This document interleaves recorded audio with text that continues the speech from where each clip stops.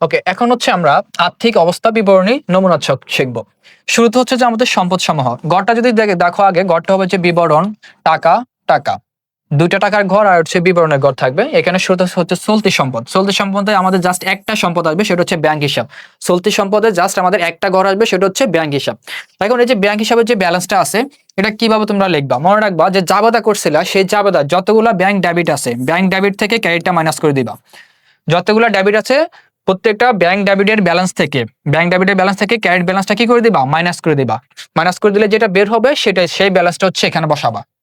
এরপর আসে স্থায়ী সম্পদ। স্থায়ী সম্পদ জমি, মেশিন বা আসবাবপত্র, মানে যেই সম্পদটা আমরা ক্রয় করব, যে সম্পদটা আমরা ক্রয় করবো সেটা জমি হতে পারে, মেশিন হতে পারে, আসবাবপত্র হতে পারে, যেটাই ক্রয় করব সেটাই এখানে আনবো। এরপর অসমন্বিত ব্যয়সমূহ, অসমন্বিত ব্যয়সমূহ। ওকে, অসমন্বিত ব্যয়সমূহ। তো অসমন্বিত ব্যয়সমূহের মধ্যে আছে আমাদের শেয়ার অবহার, অবলেখকের কমিশন, প্রাথমিক খরচাবলী। অসমন্বিত ব্যয়সমূহের মধ্যে আছে অবহার, ওকে, অসমন্বিত ব্যয়ের মধ্যে আছে আমাদের শেয়ার অবহার, অবলেখকের কমিশন, প্রাথমিক খরচাবলী।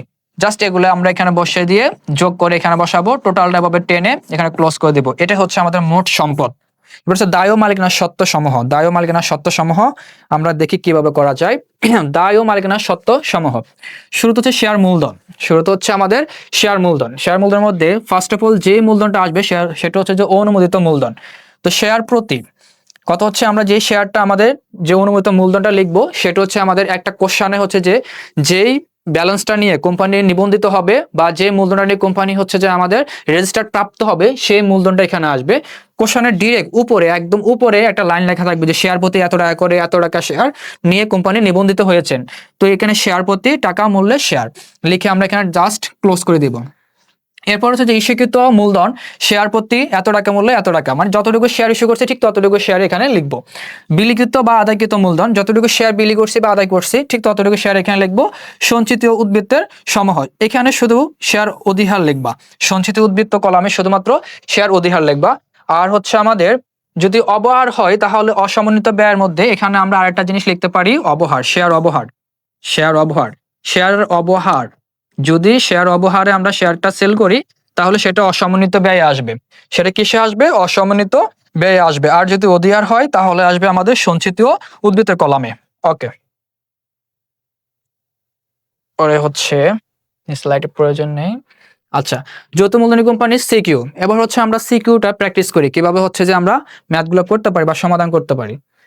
শুরুতে দেখা হচ্ছে আমাদের এখানে সমস্যা 1, যে পদ্মা কোম্পানি লিমিটেড প্রতিটি 10 টাকা, পদ্মা কোম্পানি লিমিটেড প্রতিটি 10 টাকা মূল্যের 2 লক্ষ শেয়ারে বিভক্ত, 2 লক্ষ শেয়ারে বিভক্ত 20 লাখ টাকায়, হ্যাঁ 20 লাখ টাকায় হচ্ছে যে অনুমোদিত মূলধন সহ নিবন্ধিত হলে কোম্পানি এর 1 লক্ষ শেয়ার জনসাধারণের নিকটে বিক্রয়ের উদ্দেশ্যে প্রসপেক্টাস প্রকাশ করলো। কোম্পানি বিক্রয়যোগ্য শেয়ারে সমপরিমাণ আবেদনপত্র পেলো এবং হচ্ছে শেয়ারগুলো যথারীতি বন্টন করলো। এটা ছিল টোটাল আমাদের একটা কোশ্চেন, যে কোম্পানির টোটাল আমাদের যে শেয়ার ছিল সেটা ছিল 2 লক্ষ টাকা, সেখান থেকে তারা হচ্ছে যে 1 লক্ষ শেয়ার ইস্যু করছেন। 1 লক্ষ টাকার শেয়ার হচ্ছে কোম্পানি কি করছেন? ইস্যু করছেন। যেটা হচ্ছে যে এবং পরবর্তীতে সেই সমমূল্য শেয়ার আবেদনপত্র পেল এবং তারা সেগুলো কি শেয়ারগুলো হচ্ছে যে বন্টন করে দিল। করণীয়, কোম্পানি হিসাব বইতে সাধারণ জাবেদা দাখিলা দেখাও। কোম্পানির হিসাব বইতে সাধারণ জাবেদা দাখিলা দেখাও। তাহলে জাবেদাগুলো আমরা কিভাবে দিব?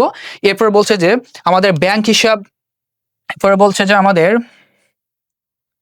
ব্যাংক হিসাব ও আর্থিক অবস্থা বিবরণী প্রস্তুত করো। 3টা জিনিস, ব্যাংক হিসাব, আর্থিক অবস্থা বিবরণী এবং হচ্ছে যে আমাদের কোম্পানি বইতে জাবেদা। এটা জাস্ট একটা নর্মাল একটা ম্যাথ, যে সমহারে যে ম্যাথটা সেটা ইস্যু করা হয়েছে, সেটা সমহারে যে শেয়ারটা ইস্যু করা হয়েছে সেটা। সো এখন দেখো আমরা এই ম্যাথটা কিভাবে সলভ করি। শুরুতে আমাদের জানতে চাইছে কি জাবেদা। জাবেদা জানতে চাইলে শুরুতে আমাদের যে শেয়ারটা আমরা সেল করছি বা শেয়ারটা ইস্যু করছি, ইস্যু করার পরে আমাদের যে টাকাটা আসছে শেয়ার আবেদনের টাকা। আচ্ছা, আমরা যদি আমাদের একটু জাবেদাটা দেখে আসি, জাবেদাটা যদি একটু দেখে আসি কি ছিল, তোমাদেরকে জাবেদাটা একটু রিকল করে দিচ্ছি। এই যে এই স্লাইডটা যদি আমরা যদি দেখি তাহলে হচ্ছে যে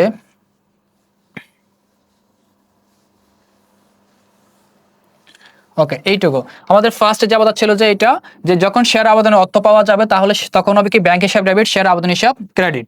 তো সেই জাবেদাটা হচ্ছে যে আমরা এখন এখানে দিতে হবে যে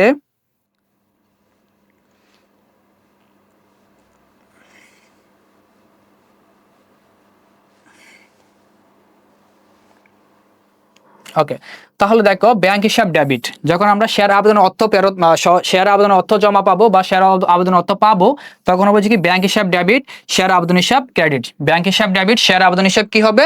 ক্রেডিট হবে। তাহলে দেখো আমরা হচ্ছে যে কতটুকু শেয়ার হচ্ছে যে আমরা শেয়ার আবেদন করছি, শেয়ার আবেদনের টাকা পাইছি, শেয়ার ইস্যু করছি 1000 টাকা। ঠিক জনগণ আমাদের জন্য কিন্তু 1000 টাকা শেয়ারে কিন্তু আবেদন করছে, সরি 1 লাখ টাকা শেয়ার ইস্যু করছে, 1 লাখ টাকা শেয়ারে কিন্তু জনগণ আবেদন করছে। তার মানে হচ্ছে যে 1 লাখ টাকা আমরা হচ্ছে যে শেয়ার, এই 1 লাখ টাকায় কিন্তু আমরা সেল করছি। ঠিক কত টাকা দিয়ে? 10 টাকা দিয়ে। এইটুকু শেয়ার কিন্তু আমরা কি করছি? সেল করছি। এটার জন্য আমাদের জাবেদাটা হচ্ছে যে ব্যাংক হিসাব ডেবিট, ব্যাংক হিসাব ডেবিট, শেয়ার আবেদন হিসাব ক্রেডিট। ব্যাংক হিসাব ডেবিট, শেয়ার আবেদন হিসাব ক্রেডিট। 1 লাখ ইন্টু 10, যেটা মানে 10 লাখ টাকা। ওকে, কারণ হিসাবে লিখতে পারো যে প্রতিটি শেয়ার 10 টাকা করে 1 লক্ষ শেয়ারের জন্য টাকা পাওয়া গেল। যে আমরা যে শেয়ারটা সেল করছি 10 লাখ টাকা শেয়ার, সেটার টাকাটা ছিল কত টাকা? 10 টাকা। এই ম্যাথটা কিন্তু সম্পূর্ণ ছিল সমহারের ম্যাথ ছিল। সম্পূর্ণ কোন ম্যাথ ছিল? সমহারের ম্যাথ ছিল। এরপর হচ্ছে যে শেয়ার আবেদন হিসাব ডেবিট, শেয়ার মূলধন হিসাব ক্রেডিট। আমাদের 2 নাম্বার জাবেদা। এটা হচ্ছে কি ছিল? আমাদের 1 নাম্বার জাবেদা।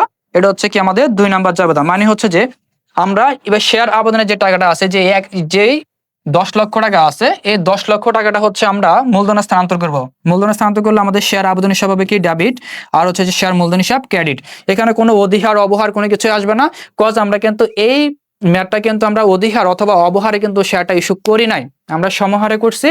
দ্যাটস ওয়াই আমাদের এখানে জাবেদাটা হবে সেকেন্ড জাবেদা, শেয়ার আবেদন হিসাব ডেবিট, শেয়ার মূলধন হিসাব ক্রেডিট। সমহারে যদি জাবেদা আমরা সমহারে যদি শেয়ার যদি ইস্যু করি, তাহলে আমাদের সেকেন্ড জাবেদাটা হবে শেয়ার আবেদন হিসাব ডেবিট, শেয়ার মূলধন হিসাব ক্রেডিট। কেন? কথা হচ্ছে আমরা শেয়ার আবেদনটা মূলধনে স্থানান্তর করতেছি। তো মূলধনে স্থানান্তর করলে আমি তোমাদেরকে বলছি যে হিসাব বিজ্ঞানের যে অ্যাকাউন্টটা তুমি স্থানান্তর করবা অথবা হচ্ছে যে বন্ধ করবা, সেই অ্যাকাউন্টটা ইনস্ট্যান্ট তার পূর্বে কি ছিল? ডেবিট ছিল না ক্রেডিট ছিল? সেটা দেখবা। পূর্বে ছিল আমাদের ক্রেডিট, এজন্য এখন হয়ে যাবে কি? ডেবিট। আর যেহেতু মূলধনে স্থানান্তর করতেছি, এজন্য কি হবে? শেয়ার মূলধন হিসাব ক্রেডিট। মূলধন বাড়বে, এজন্য মূলধন হিসাব ক্রেডিট। এখন এখানে কি করবা? সিমিলারলি তোমরা হচ্ছে যে যতটুকু শেয়ার তোমরা ইস্যু করছো, সেইটুকু শেয়ার এবং শেয়ার প্রতি লিখিত মূল্য 10 টাকা ছিল, 10 টাকা দ্বারা গুণ করবা। তার মানে আমরা হচ্ছে যে শেয়ার ইস্যু করছি 1 লাখ, আর শেয়ার প্রতি লিখিত মূল্য ছিল কত টাকা? 10 টাকা। এটা ছিল লিখিত মূল্য। লিখিত মূল্য এটা দ্বারা গুণ করে যেটা আসবে, সেটাই কিন্তু আমরা কি করব? শেয়ার মূলধনে স্থানান্তর করব। ওকে, কারণ হিসাবে হতে পারে আমাদের শেয়ার আবেদনের টাকা মূলধন হিসাবে স্থানান্তর করা হলো। এরপর আসে হচ্ছে যে আমাদের ঘ নাম্বার, যে সম্পদ।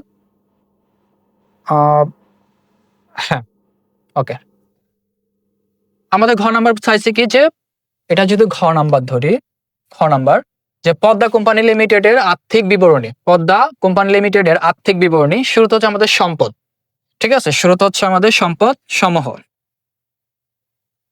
তো যেহেতু এখানে আমাদের সম্পদ একটা আছে, চলতি সম্পদ, শুধুমাত্র আমাদের চলতি সম্পদ আছে, ব্যাংক জমা।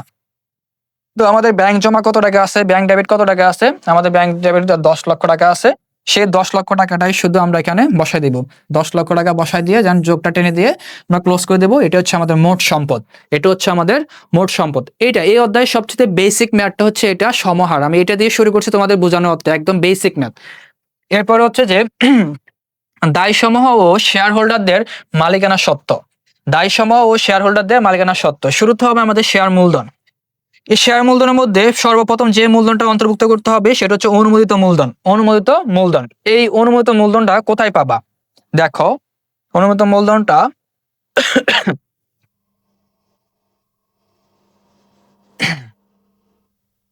প্রত্যেকটা ম্যাথের অনুমোদিত মূলধনটা প্রতিটা কোশ্চেনে একদম হেডিং এ পাবা শুরুতে, যে প্রতিটি শেয়ার 10 টাকা মূল্যে 2 লক্ষ শেয়ারে বিভক্ত 20 লক্ষ টাকায়। এই যে এই লাইনটা, ডিরেক্ট এই লাইনটা লিখে দিবা, লিখে দিয়ে এই অ্যামাউন্ট হচ্ছে কলামে লিখবা, এই অ্যামাউন্ট হচ্ছে কলামে লিখবা। দেখো তাহলে আমরা এটা কিভাবে লিখতে পারি।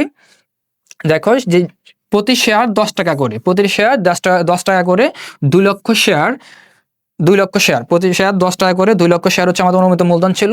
সেটা এখানে লিখে 20 লক্ষ শেয়ার, এখানে লিখে এটাকে ডাবল দাগ টেনে ক্লোজ করে দিতে হবে। এটাকে ডাবল দাগ টেনে ক্লোজ করে দিতে হবে। এরপর হচ্ছে যে ইস্যুকৃত ও পরিশোধিত মূলধন।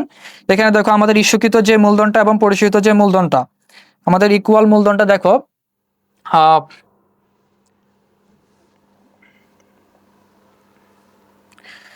আমরা ঠিক যতটুকু শেয়ার ইস্যু করছি ঠিক ততটুকু শেয়ারের আবেদন পাইছি। আমরা 1 লক্ষ শেয়ার কিন্তু ইস্যু করছি, এই 1 লক্ষ শেয়ারের কিন্তু আবেদন পাইছি। আমাদের ইস্যুকৃত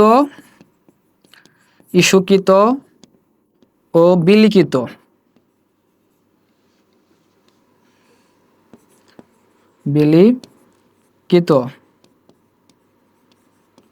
মূলধন সমান,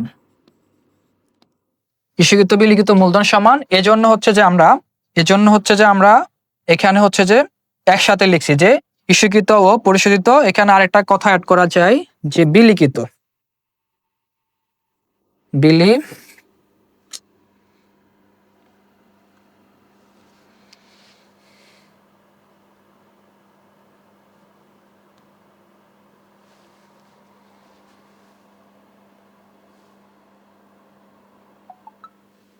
ওকে, ইস্যুকৃত ও বিলিখিত মূলধন প্রতি শেয়ার 10 টাকা করে, প্রতি শেয়ার 10 টাকা করে 1 লক্ষ শেয়ার, প্রতি শেয়ার 10 টাকা করে 1 লক্ষ শেয়ার। এখানে 1 লক্ষ শেয়ার আমরা বসালাম, বসানোর পরে হচ্ছে তাহলে আমাদের হচ্ছে যে টোটাল 10 লক্ষ টাকা হবে। টোটাল হচ্ছে কত লক্ষ টাকা হবে? 10 লক্ষ টাকা হবে। টোটাল আমাদের 10 লক্ষ টাকা হবে। এই ছিল আমাদের টোটাল আর্থিক অবস্থা বিবরণী। মোট সম্পদ, এই যে মোট সম্পদ এবং হচ্ছে যে মোট দায় ও মালিকানা সত্ত্ব মিলতে হবে। মোট সম্পদ ও মোট দায় ও মালিকানা সত্ত্ব কি হতে হবে? মিলতে হবে।